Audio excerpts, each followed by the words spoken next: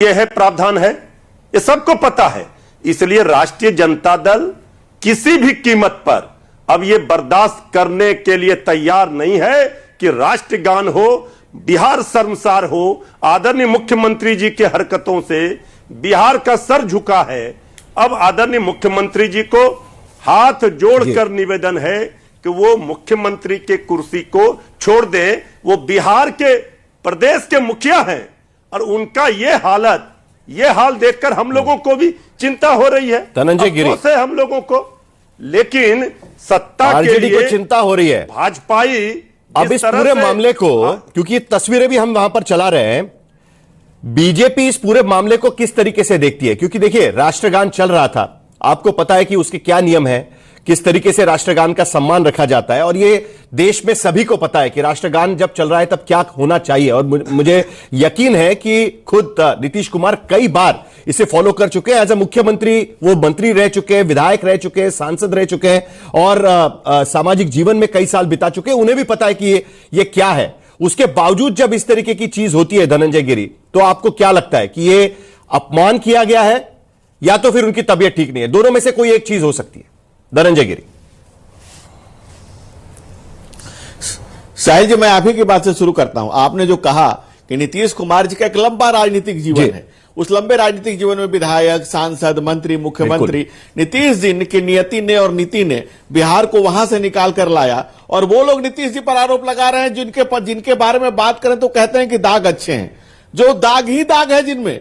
लेकिन नीतीश जी की अगर नियति को देखें, नीयत को देखें, तो कहते हैं कि जो भरा नहीं है भावों से, बहती जिसमें रसधार नहीं, वो हृदय नहीं पत्थर है जिसे स्वदेश से प्यार नहीं। देश और प्रदेश से प्यार करते हुए नीतीश जी ने प्रदेश को किस ऊंचाई पर ले जाकर खड़ा किया, बिहार को बीमारू राज्य से कहां कर लेके आए। बजट में तमाम तरह के योजनाओं में 32,000 करोड़ को 3 लाख करोड़ के बजट में बच्चियां स्कूल जा रही हैं, कुलाची भरता हुआ बिहार, और फ्लाई ओवर फ्लाइंग करते हुए आज बिहार निरंतर ऊंचाइयां छू रहा है नीतीश जी के नेतृत्व में। नीतीश जी और इस पूरे जीवन में, पूरे इस राजनीतिक जीवन में जिस नीतीश कुमार पर एक दाग नहीं लगा, एक धब्बा नहीं लगा, एक धब्बा नहीं लगा, एक दाग नहीं लगा। और ये लोग जो कह रहे हैं, राबड़ी देवी और लालू यादव बैठे रहते थे, मार्च पास्ट होते रहता था। इसके अलावा जो लोग तिरंगा का केक काटते थे, राहुल गांधी ने तिरंगा का बर्थडे केक काटा था, एसटी हसन ने जब तिरंगा गा नहीं पाए थे, ममता बनर्जी ने 52 सेकंड को 12 सेकंड में गा दिया था। ये एक लंबी श्रृंखला है। और ये काव करना इस भाई इनकी देख लीजिए, बीच में बैकग्राउंड म्यूजिक देना इनकी मजबूरी है, क्योंकि भ्रष्टाचारी, दुराचारी, तमाम तरह के जो लोग हैं, इनके लिए दाग ही अच्छे हैं। कानूनी कार्रवाई तो हो चुकी है। लालू यादव पर 5 मामलों में सजा याफ्ता है। सुप्रीम कोर्ट से मोहर है, सुप्रीम कोर्ट से मोहर है। 4 आज चोर Lalu Yadav, supreme court ED की तरफ से नोटिस है। चलिए एक मिनट जरा हड़पने वाला तेजस्वी यादव, अरे वो दर्ज हो ही नहीं सकता है FIR में, जो आरजेडी ने रह के लूटा है सरकार में, जो लूट। जरा एक एक मुद्दे पर आएंगे, एक मुद्दे पर आएंगे। पॉलिटिकल डिबेट तो होता रहेगा, किसने क्या किया है। नीतीश कुमार बिहार के सबसे ज्यादा समय रहने वाले मुख्यमंत्री रह चुके हैं, तो जाहिर सी बात है कि उनकी कुछ बातें अच्छी रही होगी। विपक्ष को लग रहा होगा कि कुछ बातें उन्होंने ठीक नहीं की है। जब वो विपक्ष के साथ थे तब बीजेपी ने उन पर कुछ और आरोप लगाए होंगे, जब वो विपक्ष से बीजेपी के साथ चले गए तब विपक्ष कुछ और आरोप लगा रहे होंगे। तो ये सारे मुद्दे तो अलग है। लेकिन धनंजय गिरी, सबसे पहले तो सत्यप्रकाश मिश्रा, उनसे ही मुझे पूछना है। नहीं, एक मिनट मृत्युंजय जी एक मिनट। सब चीजों पर हम बात करेंगे, लेकिन सत्यप्रकाश मिश्रा, ये तस्वीरें मैं लोगों के सामने रखना चाहता हूं, ठीक है? आप इस तस्वीरों को देखकर ये बता सकते हैं कि ये क्या हो रहा है, इसको हम किस नजर से देखें, आप ही हमें समझा दीजिएगा। बाकी चर्चा तो होती रहेगी, लेकिन किसी प्रदेश का मुख्यमंत्री जब राष्ट्रगान चल रहा है तब इस तरीके से स्टेज से उतरकर नीचे आ जाता है, फिर उसके बाद जब दोबारा राष्ट्रगान शुरू होता है तब जिस तरीके की हरकतें दिखती है, अब जो तस्वीरें देख लीजिएगा। आप इसको किस पर्सपेक्टिव में रखेंगे? किसने पहले क्या किया था, बाद में किसने क्या किया, वो चर्चा हम करते रहेंगे, लेकिन जरा तस्वीरें देखकर बता दीजिए इसका मतलब हमें क्या निकालना चाहिए।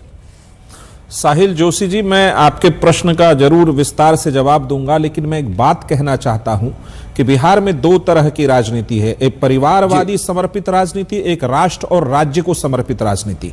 नीतीश कुमार का जीवन राष्ट्र और राज्य को समर्पित है, तो उन पर यह आरोप तो कतई नहीं टिक सकता कि उन्होंने राष्ट्रगान का अपमान किया या राष्ट्रीय झंडे का अपमान किया। वहां पे एक चूक जरूर हुई है।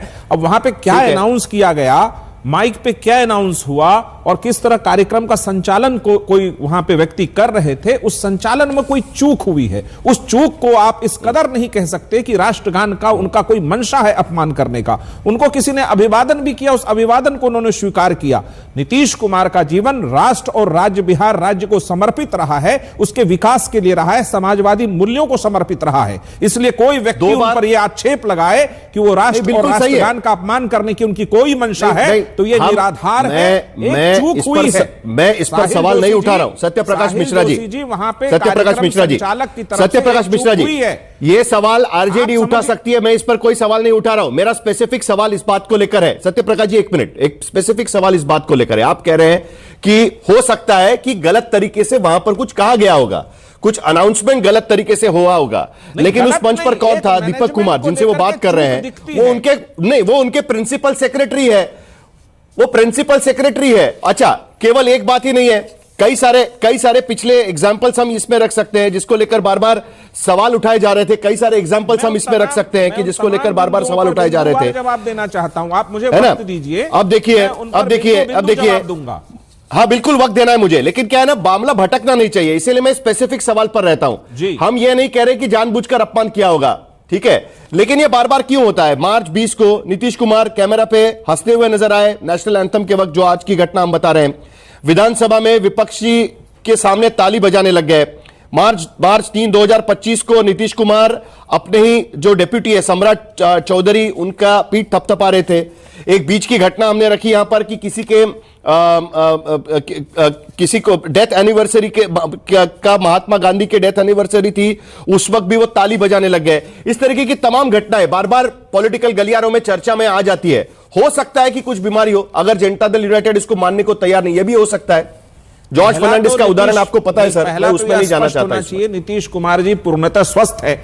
आपने सकारात्मक पक्ष को नहीं देखा कि नीतीश कुमार पिछले साल दिसंबर से एक प्रगति यात्रा पे पूरे बिहार घूमे, उस यात्रा को पटना में समाप्त किया, हर जिले में 500 करोड़ औसतन योजनाओं का उद्घाटन किया। नीतीश कुमार लगातार बजट सेशन में हर बात का जवाब दे रहे हैं, इन सकारात्मक पक्षों को नहीं देख रहे। अगर उन्होंने किसी का पीठ थपथपाया या कोई ऐसी बात कही उन्होंने, तो एक साधारण सा स्थिति है, उसको लेकर के इतना बड़ा कि अगर पीठ थपथपा रहे हैं, अगर कहीं ताली बजा रहे हैं, तो आप उसको नकारात्मक दृष्टिकोण से देख रहे हैं। देखने का लेंस होना चाहिए। नीतीश कुमार जिस अनुभव के साथ भरे हुए बिहार को 14.27% विकास दर से आगे बढ़ा रहे हैं और 3 लाख प्रकाश जी, ये व्यवहार है ना, थोड़ा सामान्य व्यवहार नहीं है।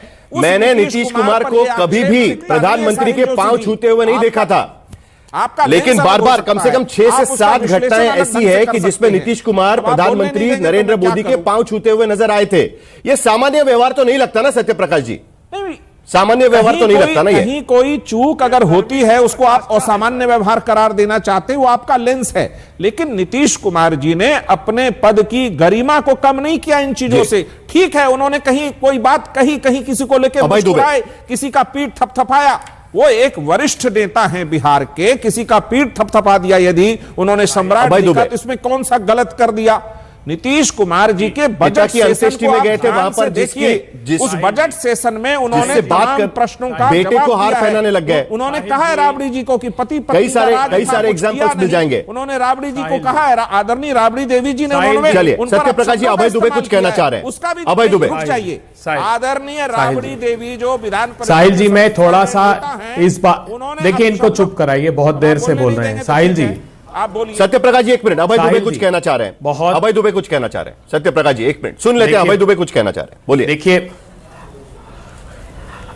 इसमें राजनीतिक मान अपमान की में पड़ने की अपेक्षा बहुत गंभीरता से इस बात को हमको विचार करना चाहिए।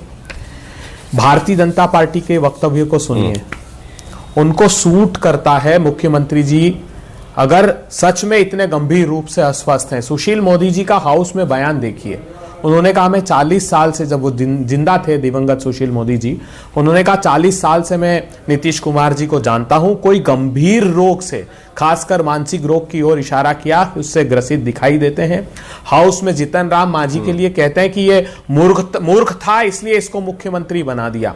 महिलाओं के लिए इतना असभ्य तरीके से बात उन्होंने की कि स्वयं प्रधानमंत्री जी ने मन से कहा कि मैं बोल नहीं सकता, इतने असभ्य तरीके से महिलाओं के लिए बोला। कभी मंच पर प्रधानमंत्री की उंगलियां गिनने लग जाते हैं, कभी दौड़कर पैर छूने लगते हैं, कभी मैं तो हतप्रभ हूं कि कैसे पुण्यतिथि पर महात्मा गांधी जी की ताली बजाने लगे। अभी राष्ट्रगान के समय कोई भी सामान्य व्यक्ति अगर उन दृश्यों को देखेगा तो कहेगा कि हां कोई गंभीर बीमारी है, आप उसका संज्ञान लीजिए, उसकी ऑफिशियल रिपोर्ट जारी कीजिए। अगर ये परिस्थितियां निर्मित हो गई, क्या कोई अल्जाइमर टाइप की, कोई डिमेंशिया जैसी बीमारी या सिजोफ्रेनिया जिसमें स्प्लिट पर्सनालिटी की एक क्षण तक आदमी को याद रहता है कि मैं क्या हूं,